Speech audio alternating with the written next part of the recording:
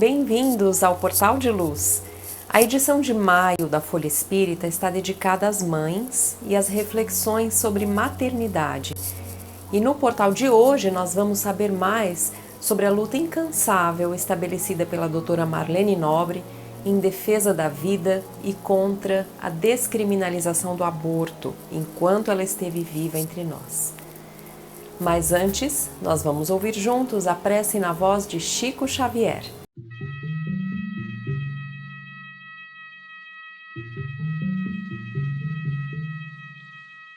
Senhor, ensina-nos a trilhar a luminosa estrada do auxílio. Dá-nos força para destruir a pesada fortaleza de nossos próprios erros. Coragem para abrir o caminho da libertação de nós mesmos e recurso para desobstruir o coração em favor de nossos semelhantes, entregando-lhes, enfim, os tesouros de amor que nos confiaste. Que por onde passemos, a dor se faça menos angustiosa, a ignorância menos agressiva, o ódio menos cruel, a treva menos densa, o desânimo menos sombrio, a incompreensão menos destruidora. Se não possuímos ainda bens positivos com que possamos enriquecer a jornada terrestre, ajuda-nos a diminuir os males que nos rodeiam, que em teu nome distribuamos fraternidade e renovação, usando com alegria os dons sublimes e invisíveis do silêncio, da compreensão e da renúncia. Senhor, que nos ensinaste sem palavras as supremas lições da simplicidade na manjedoura e do sacrifício na cruz, indicando-nos assim o roteiro da construção espiritual e da ressurreição divina. Orienta-nos o passo incerto e ampara-nos os propósitos santificantes, para que a tua vontade, misericordiosa e justa, se faça em nós, por nós e para nós, hoje e sempre, onde estivermos, assim seja.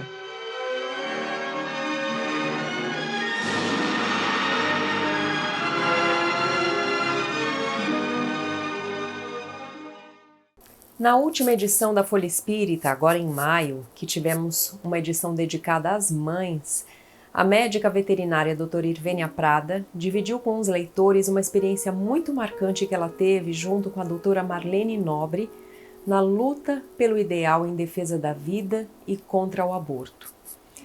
Em setembro de 2008, ela recebeu um telefonema da doutora Marlene fazendo um convite para acompanhá-la em uma viagem a Brasília, e o motivo era da maior importância. Ela havia conseguido a participação da AME Brasil na audiência pública que seria realizada no Supremo Tribunal Federal para discutir a proposta de legalização do aborto do anencéfalo. A doutora Irvênia imediatamente aceitou o convite, entendendo a seriedade da situação. E então elas seguiram juntas para Brasília, e lá se juntaram com alguns católicos e evangélicos, formando um pequeno grupo em defesa da vida e contra o aborto.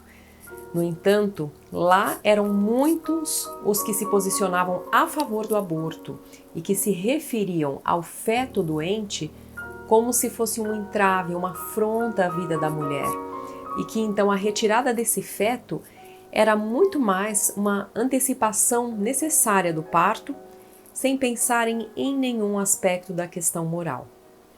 A sessão do STF foi presidida pelo ministro Marco Aurélio de Mello, e a doutora Irvênia conta que ela e a doutora Marlene, como tinham apenas 15 minutos de apresentação, combinaram de dar destaque maior aos argumentos que tivessem um embasamento científico, porque elas acreditavam que seriam mais aceitáveis pelos ministros.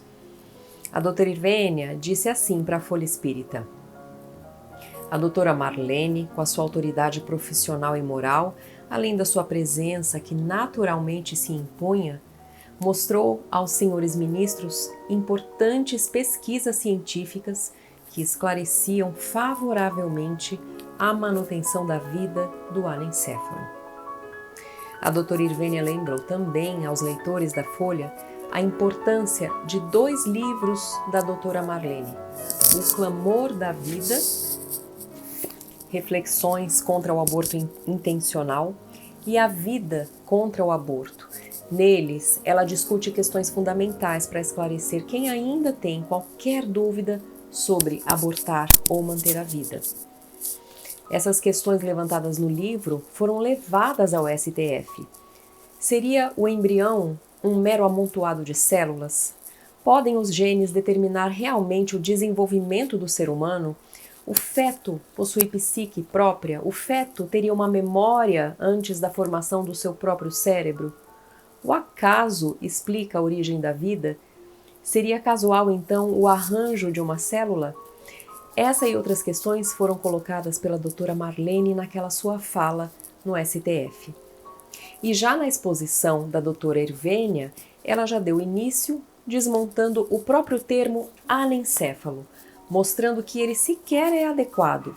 Se o termo encéfalo, pela norma internacional, diz respeito ao conjunto da massa neural contido dentro da cavidade craniana, e se o prefixo an significa negação, pela sua origem etimológica, a palavra anencéfalo deveria significar, então, cavidade craniana vazia. Mas isso não é realidade. Esse feto anencéfalo é, sim, portador de uma má formação, uma vez que lhe faltam porções, partes, do córtex cerebral, e que variam de caso para caso. Mas mantém-se íntegro todo o conjunto de outras estruturas. E a doutora Irvênia continuou, explicando aos ministros o porquê dela chamar atenção para esse detalhe. Uma pesquisa feita pelo neurocientista Penfield, autor de O Mistério da Mente, um estudo crítico da consciência e do cérebro humano, que foi publicado em 1975, viu em pesquisas que a consciência se liga ao encéfalo pelo tronco cerebral alto e não pelo córtex cerebral. São termos diferentes para os leigos, mas é interessante nós entendermos, prestarmos atenção para sabermos por que uma criança anencéfala pode sim ter consciência, como tantas mães de bebês observam e relatam. Esse neurocientista trabalhou com soldados feridos na Segunda Guerra Mundial que tiveram lesões encefálicas e ele percebeu que mesmo com perdas nessa área, mas mantendo-se íntegro o tronco cerebral alto, o paciente mantinha a consciência. E ao contrário, se o córtex cerebral estivesse até íntegro, mas havendo uma lesão irreversível nesse tronco, o indivíduo não tinha mais nenhum nível de consciência. Portanto, estava provado que o argumento daqueles que defendem o aborto do anencéfalo, que dizem que a mãe de um feto anencéfalo carrega um cadáver, não encontra a menor sustentação nas publicações científicas sobre esse assunto. Então a doutora Irvênia expôs todo esse raciocínio científico e ela disse também para a Folha Espírita que essa conclusão que este neurocientista chegou com a análise de casos reais coincide com os ensinamentos trazidos pelo Espírito André Luiz nos livros Missionários da Luz, Evolução em 2 Mundos, No Mundo Maior e Obreiros da Vida Eterna. No entendimento da doutrina espírita, como nós bem podemos saber, ao feto conhecido pela medicina na Terra como anencéfalo, encontra-se ligado um espírito com uma programação encarnatória que vai atender a objetivos propostos para a evolução espiritual dele. Isso, caso permitam que ele possa nascer. Ou seja, o que não foi possível comentar diante dos ministros do STF é que existe um contexto para cada encarnação muito mais amplo do que se supõe a visão materialista, em especial a visão materialista daqueles que defendem o aborto como uma solução rápida, prática e sem maiores consequências.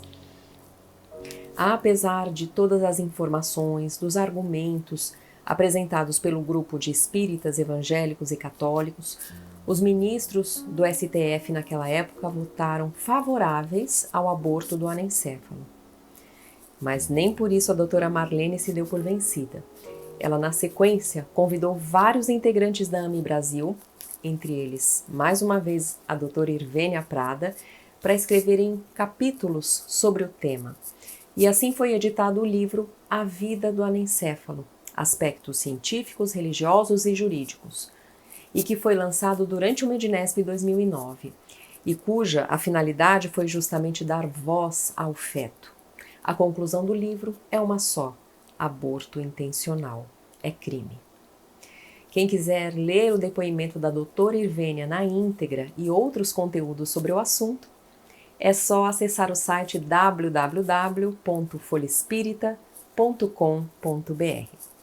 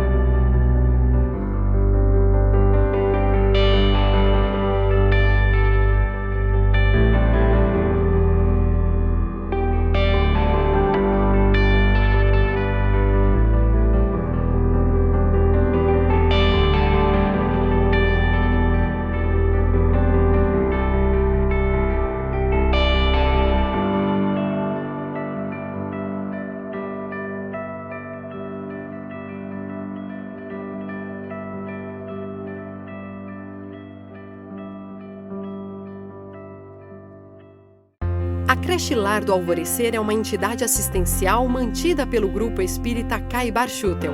Localizada em Diadema, tem como propósito trabalhar pelo desenvolvimento de uma cultura de paz através da educação e da assistência a crianças, jovens e adultos. São 250 crianças atendidas diariamente. Conheça nossas atividades e colabore conosco pelo ideal de um mundo melhor.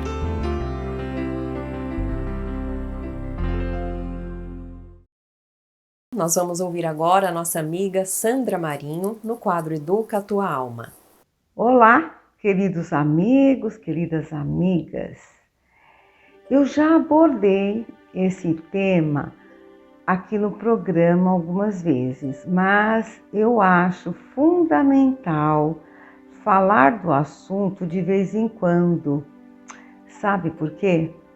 Porque é muito comum pessoas sofrerem por não saber diferenciar empatia de simpatia. Praticamente em todos os tipos de relacionamento onde há envolvimento emocional, percebe-se que é difícil manter a serenidade diante do sofrimento do outro, para realmente auxiliar sem dificultar ou piorar ainda mais a situação. Bom, acho melhor começar por definir o que é uma e outra, certo? A palavra simpatia tem origem no grego. Sim, com S-Y-M, significa união. Mais pathos, P-A-T-H-O-S, é emoção, sentimento. Ou seja, a palavra significa sentir com. Então é união mais emoção e sentimento. É sentir com. Sou simpático quando a dor do próximo me incomoda e eu sou capaz de sentir com ele. Já a palavra empatia é originário também do grego e é formada pelo prefixo in, que é para dentro, mais pathos, né? P-A-T-H-O-S, que quer dizer sentimento, ou seja, sentir-me no lugar de. Olha a diferença, né? Às vezes queremos ajudar um ente querido em dificuldades e acabamos assim nos afundando com ele, sentindo-nos impotentes e às vezes pior do que aquele que pretendemos ajudar ou apoiar. É quase inevitável que isso aconteça quando a pessoa que queremos ajudar é muito próxima a nós. Por exemplo, um filho, a mãe, o pai, o cônjuge, um amigo.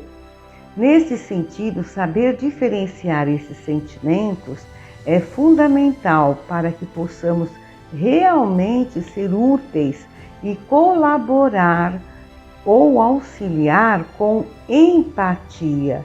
Quer dizer, saber se colocar no lugar do outro, analisando as circunstâncias, os motivos, enfim, tudo que envolve a situação, captando deste modo o que realmente o outro espera de nós naquele momento em que a nossa ajuda é primordial.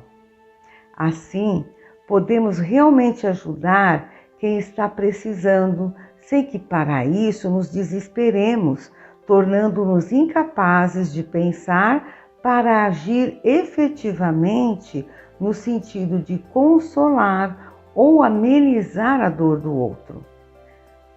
Por exemplo, acho que todos vocês concordam que um filho é um ponto fraco de toda mãe. É comum ouvir uma mãe afirmar que daria vida pelo filho, certo? Desse modo, quando o filho se encontra em uma situação de dor ou sofrimento, como uma doença, problemas emocionais e psicológicos, algum tipo de vício, o que se vê nessas situações são mãezinhas desesperadas na ânsia de ajudar os seus rebentos, mas pelo fato de passarem a sofrer não conseguem ter lucidez e calma suficiente para serem mais eficazes naquilo que podem fazer para ajudar seus filhos. Isso ocorre porque agem com simpatia, percebem? E vejam bem, isto não acontece somente nos momentos de grandes lutas, não, hein? Quantas mães, pais por aí que a gente conhece, que quando os filhos chegam da escola reclamando da professora, do professor, enfim, que ao invés desses pais averiguarem a procedência da queixa e avaliar corretamente a situação, procuram já a direção da escola ou a professora, furiosos em defesa do filho, que na verdade merecia com certeza uma advertência. Já imaginaram se Jesus, quando esteve aqui entre nós, agisse com simpatia e não com empatia? Quantos ele teria curado ou ensinado? Quase nada, muito poucos, não é mesmo?